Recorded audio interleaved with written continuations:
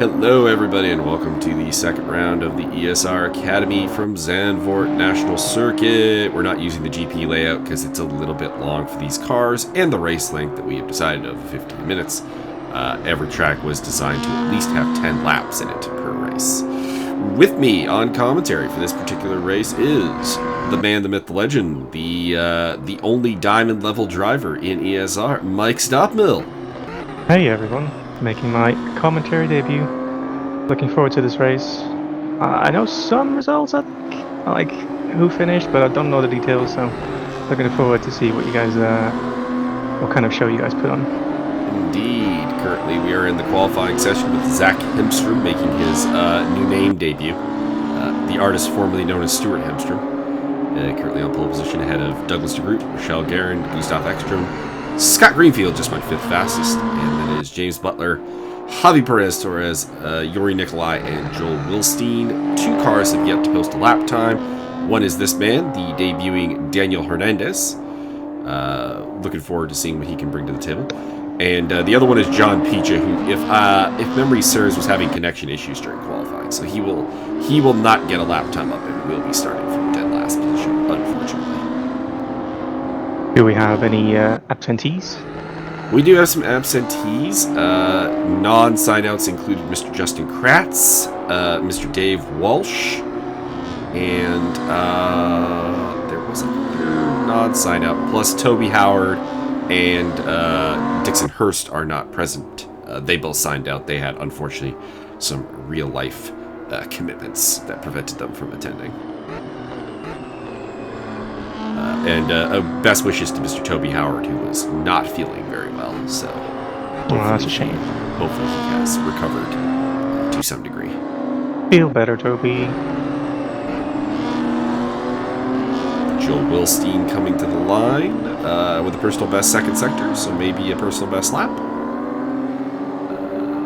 Nope, about a 10th slower. So, pretty decent lap by his standards, but he is a little bit off the pace here today. Good lap by Zach in the lead there. I don't think anyone's going to be able to touch that. Yeah, Zach was whooping up on the single lap pace, Yuri Nikolai off in the wall, which is a phrase that we might say a couple of times. Slight spoiler there. Douglas DeGroot having a really solid outing for the Overclock crew. That is him and Max Simons, and I believe Javier Perez Torres has joined that team actually recently, so he's their new third man for the upcoming Wednesday 3D Speed Series. And Douglas currently P2 on the grid for this race, and time running down, so not a lot of time for anyone to get in front of him, as he has about a 10th and a half on Rachel Guerin. Yeah, people entering their last laps now. Only one more lap to do their business. And it's James Butler across the line, currently in 7th place as he heads on. And this group here includes Javier Perez Torres, Joel Wilstein, and that is... who is the red and black car? Scott Greenfield, entering their final laps. Do we have anyone particularly out of position here that you might expect an improvement from the last lap? Maybe Butler? Javi, maybe. 8th place is a little bit low for him. True, Javi should be able to go quicker than that. I think Butler might be able to get like a position, maybe 2. Well, Butler, of course, has got that, the human ballast pillow with him, so. Indeed. The 100 kilos of ballast. Indeed. So, it's not surprising that, his qualifying at Brands Hatch, which is a track he really, really knows, was also not particularly great. He's definitely going to have to rely on consistency, veteran racecraft, and such, more so than just raw pace. He should have the experience over most of these drivers. He's been racing quite a lot of series with us for a while. Indeed. There is the final grid, although there is still some time left. We got 30 seconds when this timetable pops up, so there is time to improve. But that is, I believe, what we're going to get for a final grid. I appreciate that team name on Rachel of the Stuff Project. The Stuff Project. Indeed, you gave her... oh, there's Javi popping up in P6. So, Nice little last lap from him. Put up a 120.6. I still would have thought he would get faster than that, but 6th place is not too bad. Looks to be about the grid you'd expect. Definitely Zach looked like he had the most pace on the leaderboard as well. Rachel did about sort of the lap that you'd expect from her, probably a little bit slow. Maybe like a high 19 would have been nice from her. I think Dr. Stewart is definitely one of the surprises. I wouldn't have imagined him to be in second. You know what? Douglas put up a really good LB time. I think a 118.8. So I think this track just suits him really well. Either that or he's just kind of finding himself in the car or something. So it'd be interesting to see if he's a contender moving forward. That is a good lap. I must have missed that. He must have done it quite recently. He was the 2nd fastest of all Academy drivers on the LB. And there you go. Then he's in the correct position. Mm-hmm. I think Rachel would have done slightly better, but I think she got caught in traffic during a good lap, if memory serves. So here we go. The grid is formed up. We got red lights, and we are off. And it looks like a pretty good start by Douglas de Groot, as he has moved into 1st place. Rachel to the inside there, and in the middle is the pole sitter, Zachary Hemstrom. Now, the problem here for Douglas is he's gotten a good start, and he's gotten ahead of Zach, but Zach's got the inside line there. He's going to take the back. That was an aggressive move, but very justified. He had a nice line there. Yuri Nikolai with a hell of a start, up to 5th place from P9. And bumping into the back of that was Gutaf Ekstrom, so... and then into the wall. I said we'd be saying that Yuri was going to the wall. Was that a slide tap that I saw, or was it just spinning out on the throttle? He was tapped by Javi, but I would have to say, and there's Douglas to Rachel off. Unfortunately got into it at the hairpin. There's lots going on here. Indeed. That hairpin first run was, hey, it's the 2 ballasted cars battling over P3, James Butler and Gutaf Ekstrom. I imagine Rachel just went too deep on the braking there. Probably didn't have the temperatures quite up. That's what I was thinking, actually, but upon investigating the replay, because before we did this commentary into the stewarding so of this race, I thought she actually had a good braking spot, so, I don't know. Brakes may have just locked up or something. Was it a good braking spot for her being alone? Yeah, or? It was. It was like the exact same braking spot as the car she hit, so that was a bit strange. Might have put too much steering input in then, because you really want to keep that braking line straight. As you jump each got on the inside. Making a move on Joel Wilstein there for 7th place. John, of course, started at the back due to being unable to put a lap time up, so up to 7th place after 1 lap is pretty good. So it is Hemstrom, way in the lead from Javi Perez Torres. Of course, the times we were seeing on the video are unfortunately not reliable. Ever since the big upgrade to race room, the spectator tool has not been giving reliable timing data, unfortunately. So. Been all over the place, hasn't it? Exactly. Yeah. They did upgrade the spectator tool, but it didn't seem to fix the problem. So, unfortunately, I don't think we have a timetable on when this will be fixed. So to tell you how close people are, we have to do it a little bit more by eyeball than we are used to. Gutaf, sort of within striking range of Private B there.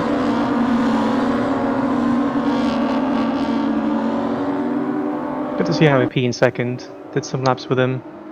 I was basically telling him to have a bit more balls. I'd like to see some balls tonight. Well, he's in 2nd place because of possibly a lack of balls, though, because he just kind of kept his nose clean on lap 1 and things fell into place. Ooh, getting very wide there in turn 1, though. Yeah, allowed the others to close up on the back of him. So it looks like the top 8 have more or less gotten away from everybody else. So Hernandez, Nikolai, and Hurt are the 3 cars that are quite off the back. Which is a shame, because of course Douglas qualified in P2, but unfortunately Rachel got to the back of him, and that's a tier 2 penalty for her, which is also a shame, because kind of handicaps her in the title fight, but Mr. Hemstrom is up front.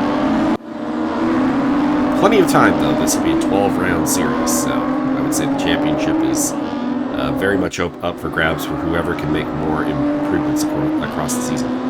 So something to keep in mind for sure. There are scratch result as well. What was that? Is there a scratch result? There are no scratch results. This is all in. Also, most people would have used up their scratch results with absences already, to be honest. Have not had very large grids. Brands Hatch, that was expected, because of course we had the Discord problem. I was hoping for a little bit of a bigger grid here today, but a couple of non-sign-outs, which is not ideal. That could have pretty mighty lead. Oh, indeed. Well, I mean, he was what, 7/10 faster than Douglas in qualifying, and Douglas is back in 10th place. So, I mean, he's powerful. Javi's kind of leading a bit of a train here with 2 balanced cars and Rochelle. Scott Greenfield and John Picha behind that, battling for 6th place. John Picha looked pretty good, actually, for a guy who kind of had his practice in qualifying really disrupted. So he's delivered a pretty decent pace in the race. It's going to be difficult this for Rochelle to make up any places here. It's mostly because it's just a big train. When it's a big train, it's just difficult to make any moves because you have to be slightly gentle, and you get compromised a little bit on your braking points and your turning points because you have that car in front of you. Plus, there's no advantage you can gain in the slipstream because the car in front of you has that as well. Mm-hmm. The only person not getting a slipstream is, of course, Javi. Yeah, and Javi has the free road ahead of him, so he can just choose his braking points without any interference from everyone. So and no ballast pillow as well. Although it's not working for him because Ekstrom is all over the back end of him. Outside might not work. You're always going to have to go deep here. Can he hold it? I think he might. Yeah, nice move by Gutaf Ekstrom. That's kind of the thing that Javi needs to prevent. He just needs to have balls to go deep in that instance. Just break deep, get your line sort of like mid-wide, prevent others from taking the inside like that. Yeah, Javi's difficulties tend to seem to be really mental. He's definitely got the ability to be a relatively solid driver. It shows sometimes.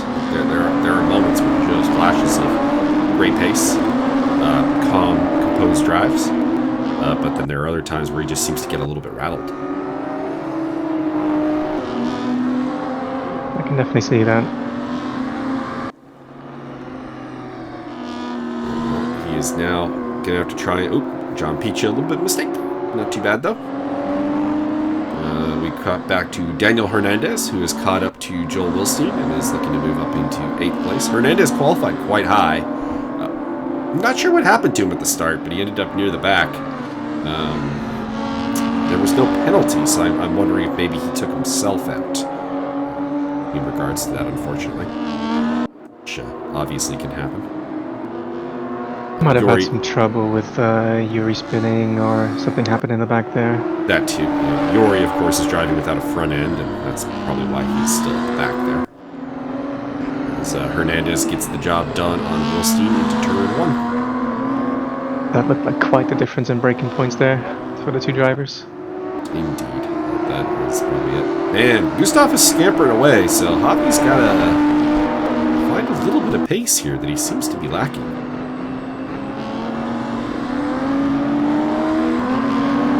Otherwise, he's going to be in trouble with Butler and Guerin, who we both know are not shy about going for an overtake.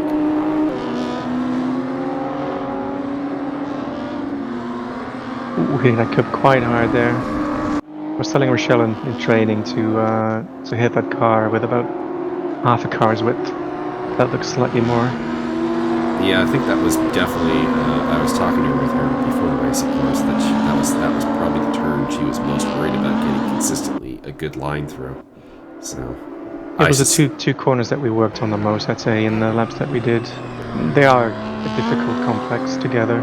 Because one leads straight into the other, and if you mess up one, you will mess up the other. Absolutely. Tends to be how it is with most chicanes, of course. She is right up on the edge of James Butler. She seems to be much faster than both these cars. I say that because I'm just eyeballing it. It looks like she falls back a little bit sometimes after making maybe a mistake or overcooking a little bit, and then pretty much instantly catches back up. So she's got the pace to get past them.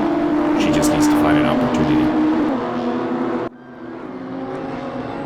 Problem with this track, and perhaps with this layout as well, is that the corners leading up to the overtaking zones, they're difficult to make any difference. So you're gonna have to rely on your opponent to make a slight miscalculation or error to get close enough to make a move. Indeed. Never personally been much of a fan of Zandvoort, but of course a lot of people were excited when it was on the calendar. So. And I assume you're excited to have F1 returning to Zandvoort for a home Grand Prix for yourself. I am. It should be good. Although I'm still skeptic whether it's going to be a good race, but I imagine the Saturday is going to be absolutely blistering to see the laps go around this track. I imagine so. Douglas DeGroot picking up a spot there on Joel Wilstein, who moves into 9th position. Bit of a wasted result for Douglas. Definitely has the pace, and unfortunately he was the victim of Rochelle in the hairpin, and is just back here now. But on the bright side, currently P2 on the reverse grid.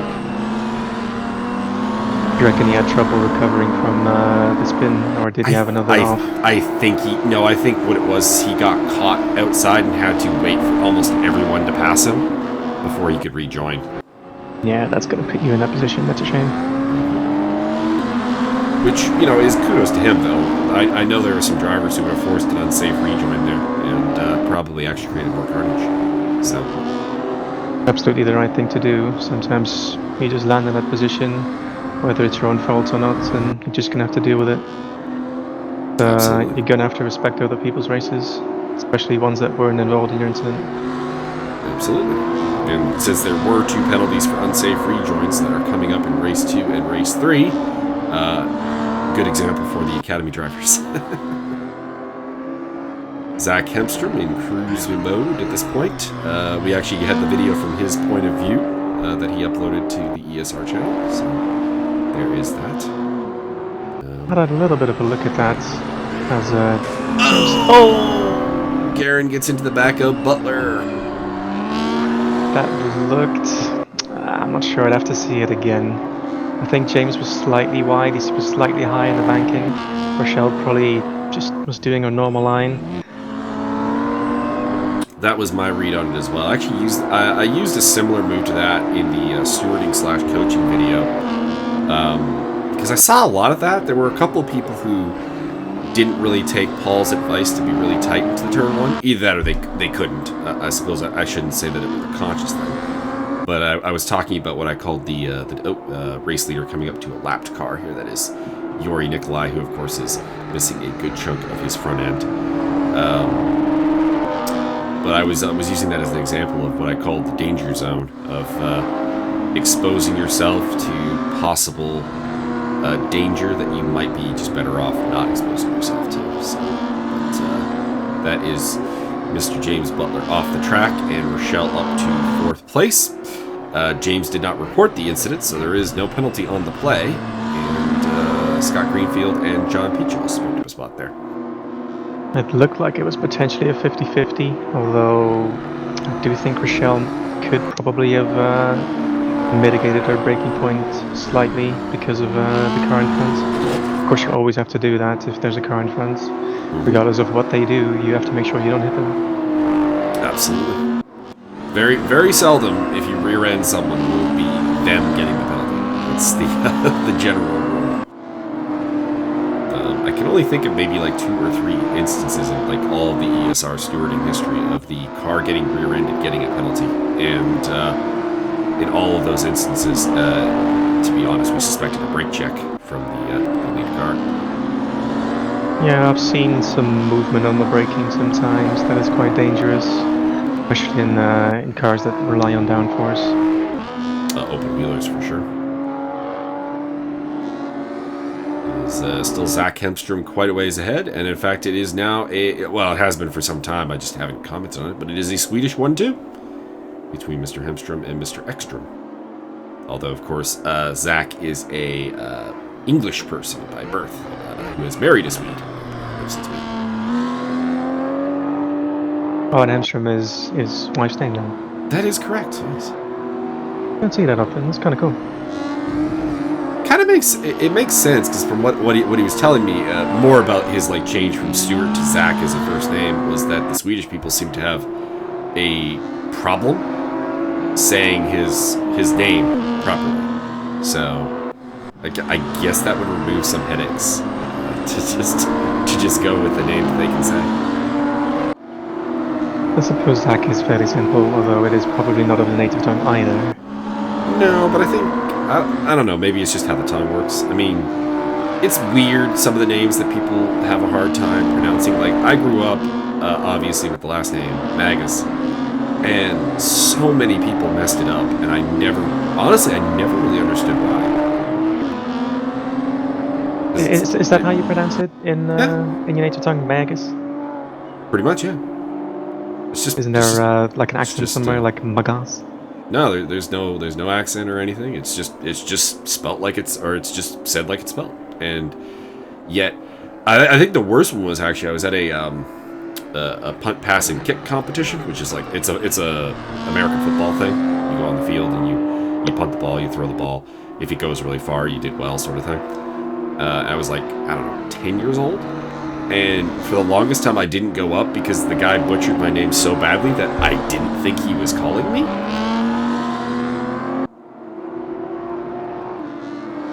And it was only that, like, no one's going up there. And he did say Mike was the first name. So, okay. Fair enough. If that's how you say my name, I guess that's how you say my name. So Rochelle on the tail of Javi. Bit of a bad race for Rochelle. She's in 4th place, which is a decent position, but she is getting that penalty for lap 1. And then at this point, maybe worried about getting a penalty for the Butler contact as well, which did not happen. As the field moves through here on the blue-flagged blue car of Yuri Nikolai. Yeah, it must be in her mind next race to try and get a cleaner. Just cutting the track a bit there. I think he's admittedly also trying to stay out of the way. Fair enough, yeah. Because I imagine, as much as these cars are not very aerodynamically sensitive and therefore can take a fair bit of damage, I imagine his car is not handling all that well.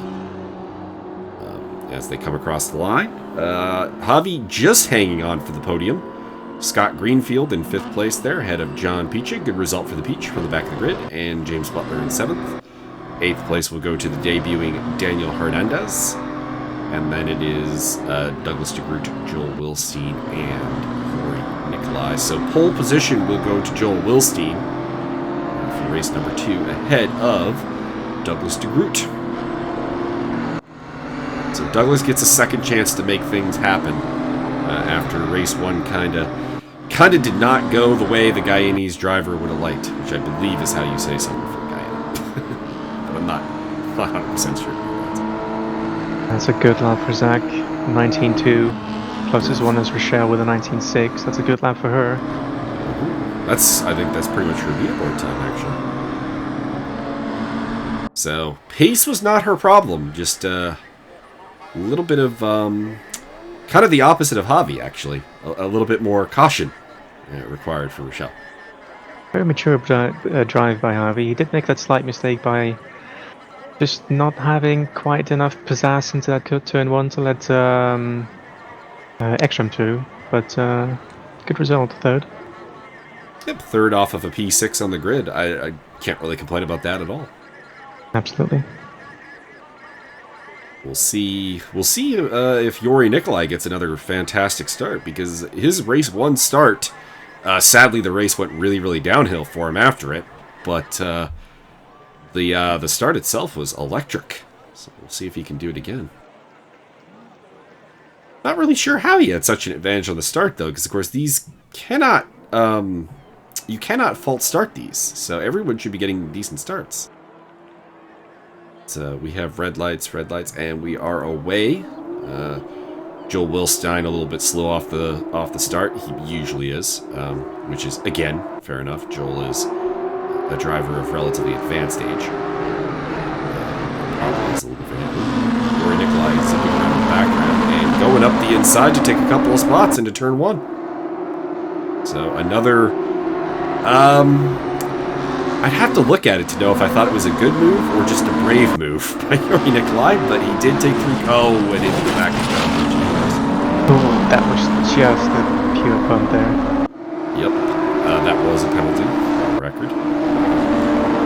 If the hairpin's going to be clean here. Spoiler, it's not going to be. Oh, 2 cars taken out then. So the penalty on that one went to Gutaf Ekstrom. He was the back kicker. He kicked a car into another car, who went into another car, and that was how that ended up being messy. Definitely looks like some of the students need to learn from this and make sure that they... You're off the track. Yeah, off the track indeed. Not the greatest rejoin, but he did kind of get out of the way, so that's okay-ish. As I was saying on the first lap, you can't do your normal braking points. You have to be cautious. You have to be looking out for the guy in front. Absolutely. You're gonna have cold brakes. Sometimes you'll have cold tires, although these cars I think are actually pretty warm at the start, so that's not much of a problem. But other cars certainly will. Worry that it's not even close to the braking zone, my friend. I was about to say that's a good move, but that was way too much speed, of course. Absolutely. Definitely has bravery. Just needs to kind of tame it a little bit. So, quick rundown of the standings. Douglas DeGroot, Daniel Hernandez, and James Butler and Scott Greenfield are the ones that seem to have escaped any carnage. They're out in front. Zach Hemstrom, Gutaf Ekstrom, Rachel Guerin, Yuri Nikolai, Joel Wilstein, Javi, and then John Peacham. And I think John Peach's race, I believe, is largely over. I know he went into the pit lane. I don't know if he came out of the pit lane. He may also not have gone in the pit lane. He may have just hit escape. And that would have ended his race as well. So his car was quite damaged. Was Javi P one of the ones that had an incident? I didn't actually see what the second car was. I know Rochelle was one of them. He was not involved in that one, no. It was Rochelle, Scott Greenfield, and Joel Wilstein who were involved in that incident. As Nikolai is turned around and is back in 10th place. Indeed. Yeah. I think a feature of my stewarding / coaching video was definitely telling Yuri that he needs to calm it down a bit. Making all that ground up at the start only to lose it is, well, it's just not efficient. And he also acquired 30 points worth of penalties. So, yeah, that's also finds himself at the bottom of the standings against even behind guys who have not attended a race at this point. Looks like Zach has a run here. Zach's got a run. I think Greenfield went for it against Hernandez, and that upset him a little bit, and that left him easy pickings for Mr. Hemstrom to take place. And in fact, he's going for Hernandez now as well.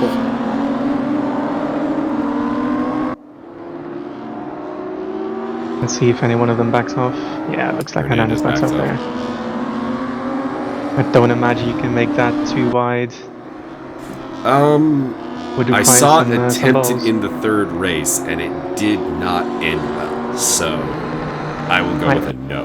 I imagine 2 experienced drivers could do it if they respected each other, but I wouldn't imagine seeing it in these academy races now. Yeah, by default, these are drivers who are not tremendously experienced, or if they are, the experience is not necessarily the right kind.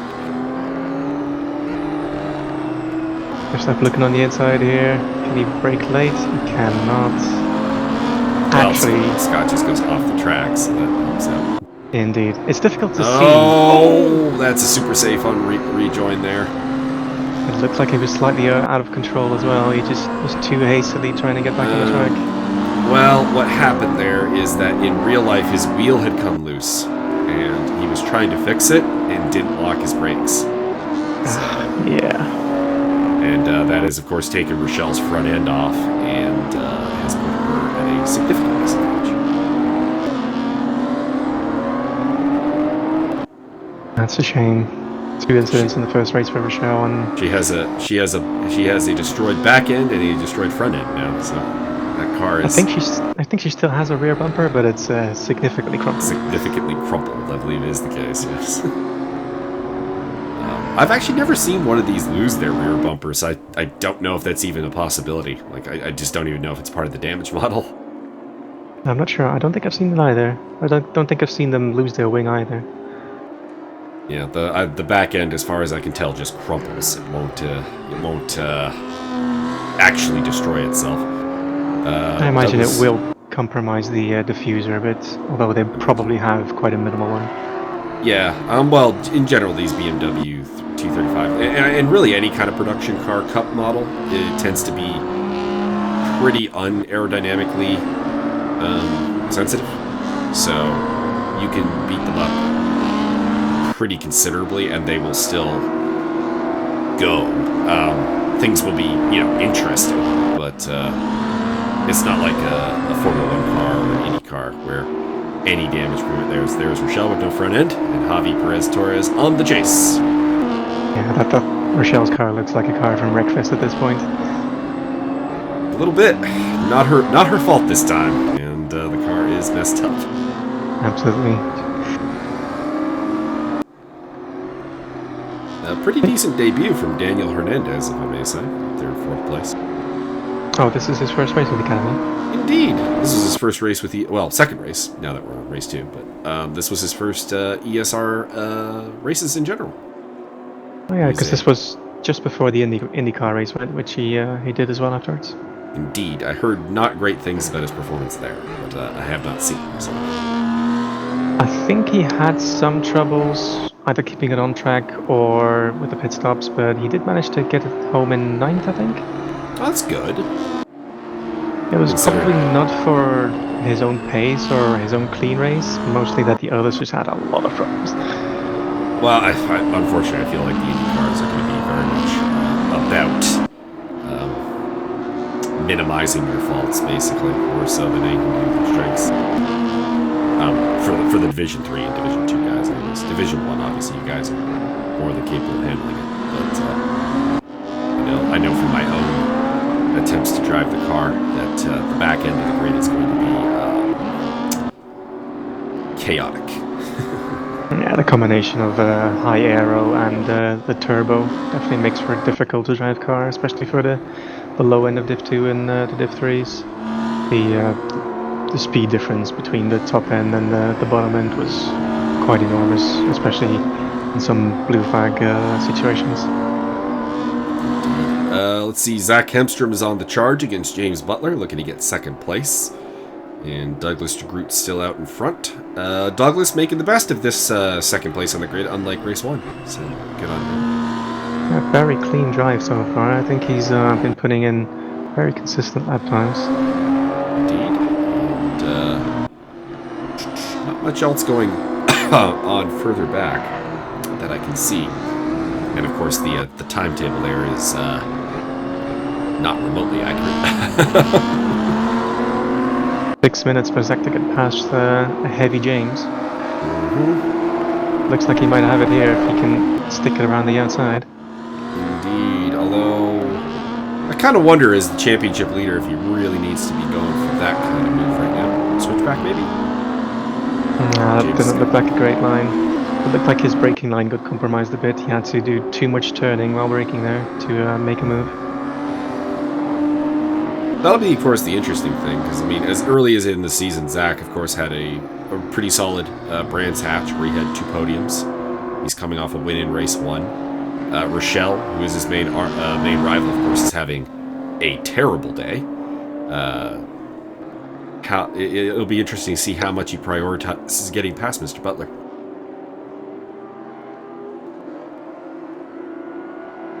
I imagine he will have enough time to find the gap somewhere. It will have to be accelerating out of a corner where he makes a difference with the lighter car.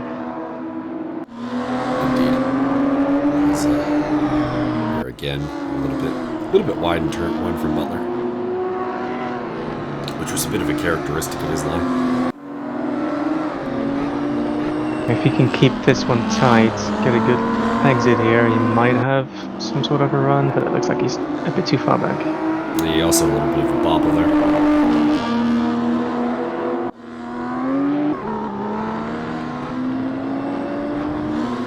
Into the hairpin we go, and again there is no play there. I did check Zach's point of view video at the start a bit. I did notice that at the you could see it because of his bad start in race 1 that he was actually clutching his start in race 1. That's something that's actually not necessary in race room online races, because you can't jump start your race. You can actually just apply throttle and, especially in these cars, just let the traction control sort it out. Although I don't imagine these cars have enough power to actually need much, if any, traction control to start. Yeah, I doubt it, because of course they're rather heavy and not terribly high horsepower, which is part of why we chose them for the Academy course. Oh, down the inside goes Zach. Can he close the door on the switchback? Nope. A good try. Good try, good try. I think James did see him coming, so he probably changed his line slightly to get the switchback on him. Also have to wonder if that was an intentional overtake by Zach or not, because of course we know that James goes a little bit wide in turn 1. Could be one of those cases of, oh, well, I guess I'm going down the inside. Sometimes you do have that, and if you've already offset your car slightly, with like half a car width or something, you can make that decision either way, depending on how the braking points turn out. Has not found a way around yet. Looks like they're maybe even going a little bit faster than Douglas. I think, again, I'm having to do this by eye, but it looks like they're closing the gap to just a tad. But I think Douglas is pretty safe with 3 minutes to go. Yep, Hemstrom going forward again here into the final turn. And of course, James's car is heavy, so the straightaway might favor Hemstrom. Yep, he is third. And into second place. I was just about to say that Zach's line through the last 2 corners didn't exactly look like a great run, but it looks like James had a slight wiggle or some trouble with traction there. And his second place for the championship leader. And Douglas DeGroot heading towards his first victory. So, congratulations to Douglas. Absolutely, very good race. I believe Douglas will be the first driver from a country in Africa outside of South Africa itself to win a race. Do you know how he pronounces his own name? Because, of course, it has sort of a Dutch, Flemish background. I pronounce it in the native tongue, you'd pronounce it De Groot. I have not been corrected on my pronunciation on him, so as with all names, if I'm not corrected, I just go with what was my first gut instinct, and I went to school with someone with that last name that was De Groot. So actually, it's a fairly famous name where I'm from, because there's a very rich man whose name is on like a lot of buildings. And it's De Groot. Well, of course, there was a lot of European names that flooded over in the immigration era. Absolutely.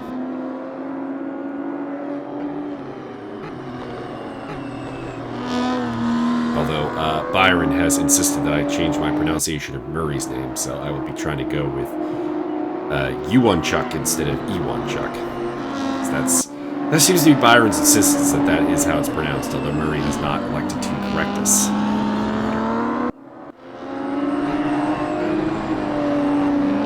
I would probably go with the latter pronunciation, although it is a fairly unique name. Can't say I've ever heard anything like it. Yeah, I can't say either. I mean, I know it's from Eastern Europe. The Chuck part at the end is Ukrainian, most likely. But I've never seen that particular combination of letters for a last name. As Douglas DeGroot continues to lead from Hemstrom. Hemstrom has pretty much legged it from Butler, so still a podium for James Butler with the big ballasted car. Not bad. Daniel Hernandez with a pretty solid 4th place here in his second race. Yep, just staying out of trouble. Indeed. And despite her damage, Rochelle's still chugging along in 6th place. That's good for her to keep it going. So even 6th place gives some decent points. And if you want to keep your championship dream alive, then you're just going to have to do your best to rake as many in. In fact, there is her beat-up car. Oh, that looks terrible. Unfortunately, I misconfigured the time after flag, so the endings to these races are a little bit odd, with people just getting randomly cut off. I think Zach says it in his video. He's like, oh, I guess the race is over.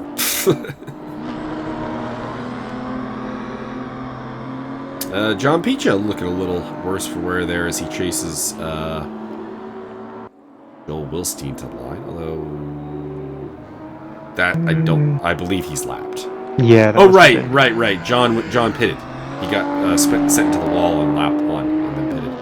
So I guess that gives us the confirmation. I was wondering if he left the pits because I didn't see him while I was just watching live. But it does appear that there he is, down a lap to Yuri Nikolai and Joel Wilstein and company. So he got lapped by everybody but finished. Needless to say, Daniel Hernandez and so on are not actually lapped. That was what I meant by the incorrectly set up after flag duration time. Very good result for Douglas, though. Congratulations. Congratulations, Douglas, on your first victory. And unlike some of the people at Brands Hatch, that will actually count on his race app resume.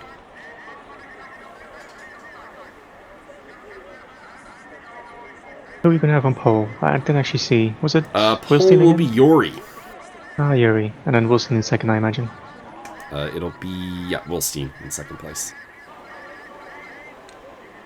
If Rochelle can get a good result, put a lot of practice in, hope to see maybe a podium for her. She would definitely deserve it for the hours she put in. She's definitely got the pace. I'd say she's probably the third fastest car. It's just, race 1 to somewhat her own fault, and then race 2 just as an innocent victim, just couldn't really get great results, but we are off. I'm also looking for something out of Javi. He's starting quite high on this grid. We'll see if he can deliver. There he is in the green car, cycling around Scott Greenfield. Rory Nikolai in the lead. Rochelle's up to 4th. Which I think is just one spot higher than she started. Oh, Zach Hemstrom's already up into 4th, actually, so good start from Zach. Clean turn 1. A little bit of bumping between Rochelle and Zach there. Really hoping for no incidents on the hairpin now. Contact there. Ooh, James Butler forcing his way out the inside. Alright guys, keep it clean here. Watch for those braking points. Indeed. Let's see if we can get our only clean run through the hairpin. It looks okay. It looks good, which is surprising because, of course, with the time of day, this was probably the race that was most likely to have a contact. Ooh, Yuri with bigger balls there as Javi comes back on the inside. And he pushes spins him around. Yeah, it's probably overzealous there to switch back to the inside there. I don't think there's room to do that. That will put Javi in the lead for the time being. Scott Greenfield, Zach Hemstrom, James Butler, Gutaf Ekstrom, Rachel Guerin, your top 6. Yuri rejoining in 9th place ahead of Douglas DeGroot and John Picha. Looks like we've that formed 2 groups of cars. Joel's kind of the stopper in the bottle here, I think. There we go. Hernandez and Nikolai to the inside. That looked like another tap in the rear end there. That was a tap in the rear end, and they both go wide and lose the spots. So, yeah. I think, like I said, I think Yuri needs... Yuri can take like 20% aggression off. He probably would get much better results.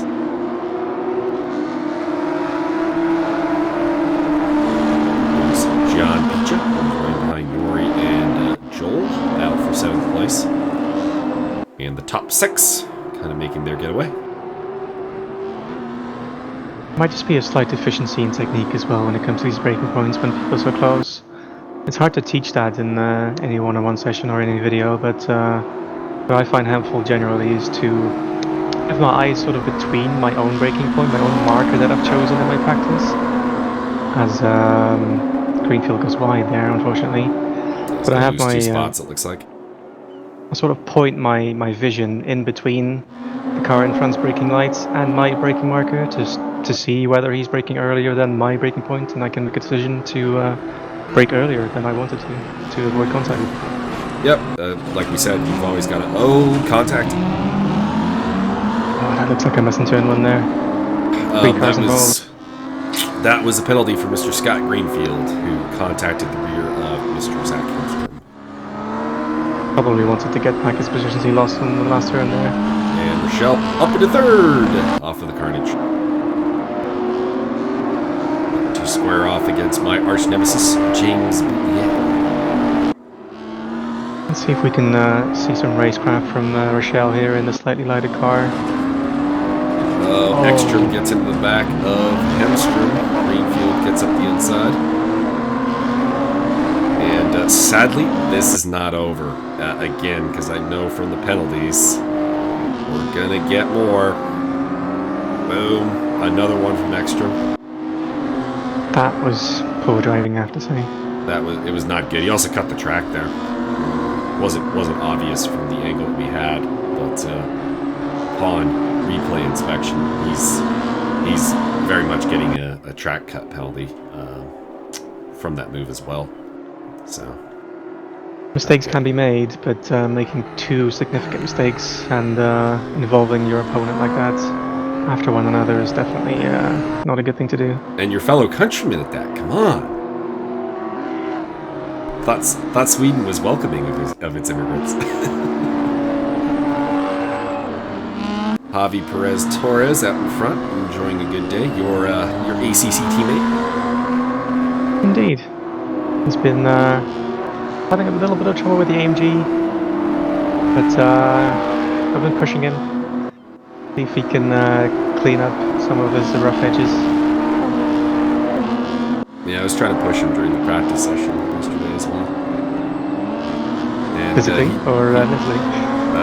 Mentally, more than anything else. So, I stayed near him for a couple of laps to see what he's doing. Tried to give him some advice. Not that I'm particularly above him on the scale, but he did end up going faster than me. So there we go, progress. We reported having some trouble with a slidey car in between the chicane transitions.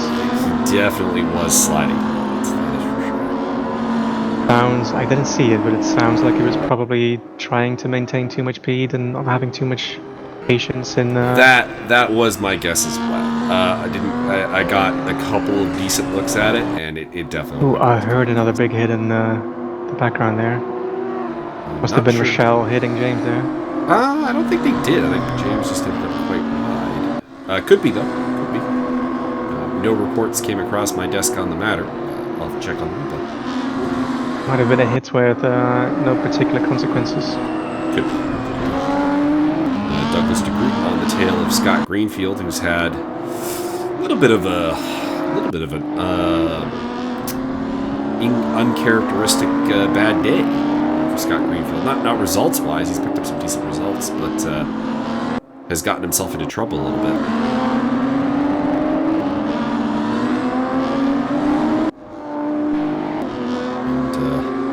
Douglas carving his way through the grid, looking to add a second solid result. Oh, Scott's off the track a little bit. A little bit of a nudge from Douglas. Yeah, that's awkward when a car comes back on the track like that. Of course, nothing Scott could particularly do about that, but just creates for an awkward exit.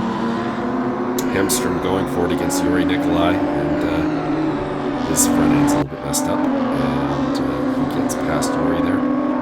I guess the question would be, with a driver like Yuri, how would you handle him if you were on like a comeback drive like Hemstrom is currently on?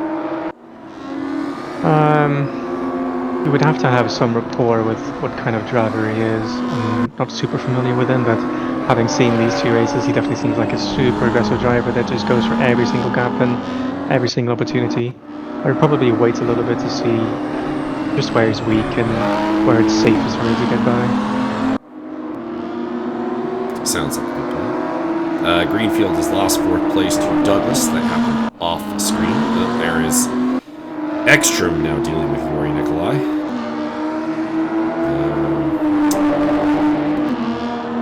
Yuri's car appears to be intact for a change, but still a tad bit erratic. Very strange lines. Be actually interesting to see if maybe he has a higher ping than we generally expect from a Dutch driver, but obviously we can't see that right now. It looks like his inputs are just very erratic, not exactly smooth.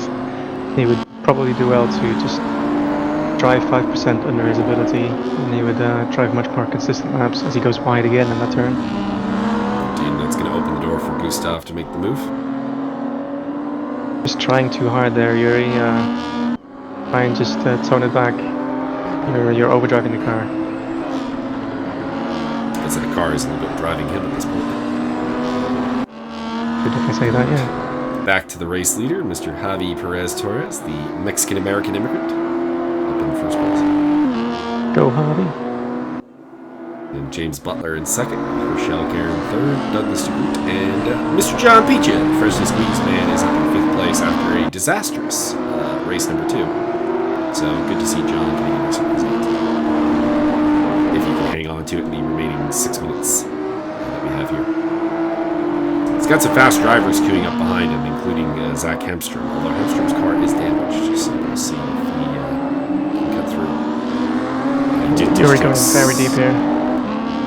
He did just overtake Scott Greenfield, as did Hernandez. I assume Scott made a mistake. Either that, or he may have had a touch with Hernandez that he did not report. So I assume it's probably the former. Unfortunately, we didn't see it on the replay here. There is our pretty comfortable race lead for Javi.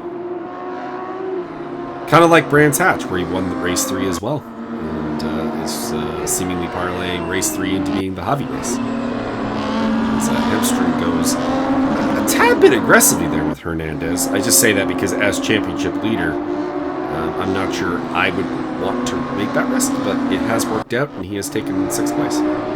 Looks like Hernandez was forced to take evading action there. That was quite the aggressive move. I'm surprised Hernandez didn't get the superior traction out of the corner though. It seems like Hernandez was maybe a little bit nervous about making his debut. I just kind of noticed looking through the replay to a degree. I was trying to get every driver a little bit of insight, so if he didn't have a penalty, I kind of watched a bit of your race to see what I could think, and I thought that he, somewhat similar to Javi, needed to get slightly bigger balls, just as a general, but I wonder if that was maybe a little bit of debutante cold feet. For a first race, it's not a bad idea, I'd say. Definitely finishing and not having major incidents with your opponents should be a priority for your first race. And in that regard, Mr. Hernandez did an excellent job. He showed some pace, and he showed an ability to race safe. So I would say, for a debut, mission accomplished. Yeah, absolutely. And as you get more comfortable, you can start adding a bit more aggression into your combat racing with others. And Rachel has been stuck behind Mr. Butler pretty much this whole race, like a cork in a bottle. Know that Rachel doesn't necessarily do super well when she's stuck behind somebody. I was hoping we'd see Rachel and James a bit more in replay to see if we can spot some racecraft from her. Maybe we'll see it in the last bit. Hemstrom getting past John Peachy there. He's up to P5. So despite the problems that Hemstrom has had in this race, he's put in a decent result. Although, spoiler alert, he will score no points in this race because he has a penalty for a unsafe rejoin on the Ekstrom hits that we had there. I think he might have had a minor red haze moment and rejoined the track in a rather unsafe manner. But also reported himself, so that's nice. Oh, Rachel up the inside. Tries to hold it. I think she's got it. That looked on the edge there, but kept it in front of James there. Ekstrom going past Scott Greenfield. Man, Scott has not had a good race here. Down in 9th place now, just ahead of Rory Nikolai and Joel Wilstein. See if Butler can come back at Rachel. Rachel goes a bit deep, James gets on the inside, see who gets better traction. It looks like Rachel has the better one. Indeed, but side by side into the chicane, maybe. good driving from both of them. Yeah, they didn't kill each other, so... Yeah, both looked out for each other. James had enough overlap to be granted some space there, and Rachel did that perfectly. So some good driving there from Rachel. Good racecraft. And good work from Butler, who, of course, has a bit of a history of being a little bit of a punter. So that's also really good for him. I was a bit anxious in the hairpin to see James close by. We got Douglas DeGroot, who's actually caught up to them nicely. So they're squabbling. Although Douglas must be putting in really good laps because, I mean, yes, they're squabbling for second place, but Javi's not pulling away from them. So they can't be going that slowly, unless Javi is just having an absolute cruise mode out front. Looks like Douglas is pushing hard. He's driving the rear wheels on the exit, slightly squirrely. We know he's got pace. In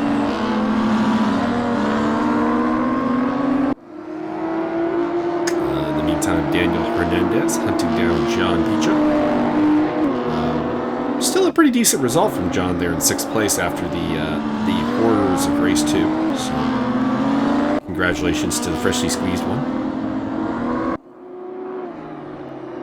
And time running down here with less than 20 seconds to go. I imagine we'll get one more lap. Think Javier will make it or not? I don't recall off the top of my head.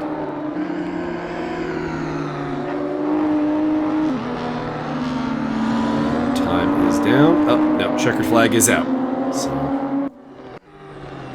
that would be the race. So Rachel ends on a high note, at least, with a 2nd place. But a bit of a disastrous round for her when the championship is concerned, because Zach Hemstrom comes away with a very solid haul of points. And wasn't great for her. So that has put Mr. Hemstrom out front in the championship. Not a good race. Result for Javi though. 2 podiums. Very, very good job. Javi's currently in 2nd place in the standings. Very nice. Indeed. I'll give the full rundown here once the results come up, which have been updated to include penalties, so they are as they are. There will be no changes until we hit Hockenheim.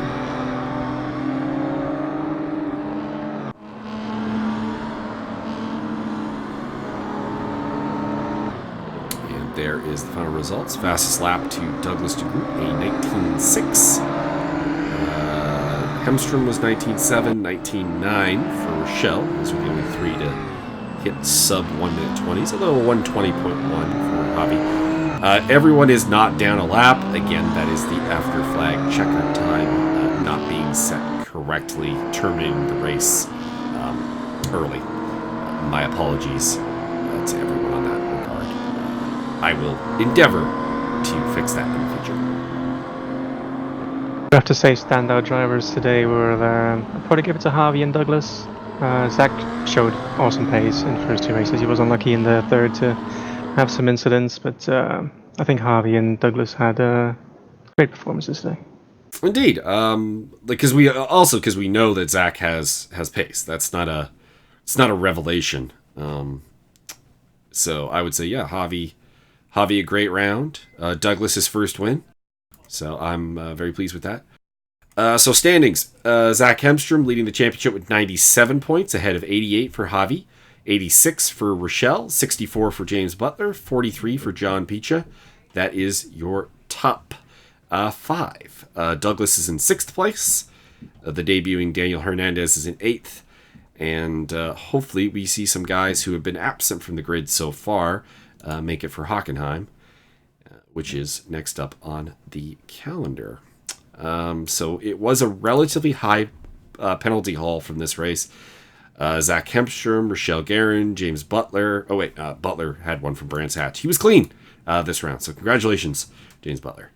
And actually, you know what? I'm going to shout out James Butler a little bit. He picked up a pair of podiums himself, actually, in that ballasted car, so that's good. It's a pretty good run. Also penalties for Scott Greenfield, Gutaf, Ekstrom, and Yuri Nikolai. No one's in danger of being banned or anything like that. There's plenty of points to go around, but there were probably a little bit of a high total of penalties. Is there anything else you'd like to add, Mr. Stockmill? I'd definitely like to see some drivers, well, most drivers actually, learn from the braking mistakes that happened this race. You're just gonna have to learn from this, look at the brake points of your competitors, leave a bit more margin, and just adjust what you're doing in lap one, especially when the field is so close. So hopefully see less hairpin accidents like that in the next coming races. Yes, because we do have a very similar hairpin coming up at Hockenheim. Indeed, that's quite a tight one. So hopefully everyone is on their A game for that, and we'll see improvements. And that's really all we're looking for here in the Academy, is that each race is a progression from the last race. And yeah, good luck to everybody. If you need any help, please don't be shy about asking the various coaches. If you get desperate, you can ask me. I can't teach you how to go fast, because that's not a skill I have. Although, I don't know, maybe I can teach people to go fast, because the people I've been teaching are actually going faster than me. So, I don't know what to say about that. Yeah, you did very good work with a cousin. Yeah, I got Javi to go a little bit faster too in ACC, although that was probably always there. Just kind of, I don't know, getting him in the right mind zone. And yeah, I don't know how to explain my lack of pace. But yeah, if you need any help, I can also talk about anything from stewarding to trying to be a bit of a cleaner driver. And I also dedicated a fair bit of time on the stewarding video to surviving the back of the grid, which of the coaches I am perhaps the most qualified to comment on, as that is my home. Anyways, for myself and Diamond driver Mike Stockmill, have a good day, and we'll be back at you for the Hockenheim race in 2 weeks' time. There should also be some commentaries prepared this evening by Mr. Matthew Higgs and Mr. Cole McRae, so get ready for that, although it's possible those are up as you're watching this. So I guess just check the ESR YouTube channel and see what's new. Have a good day, everybody.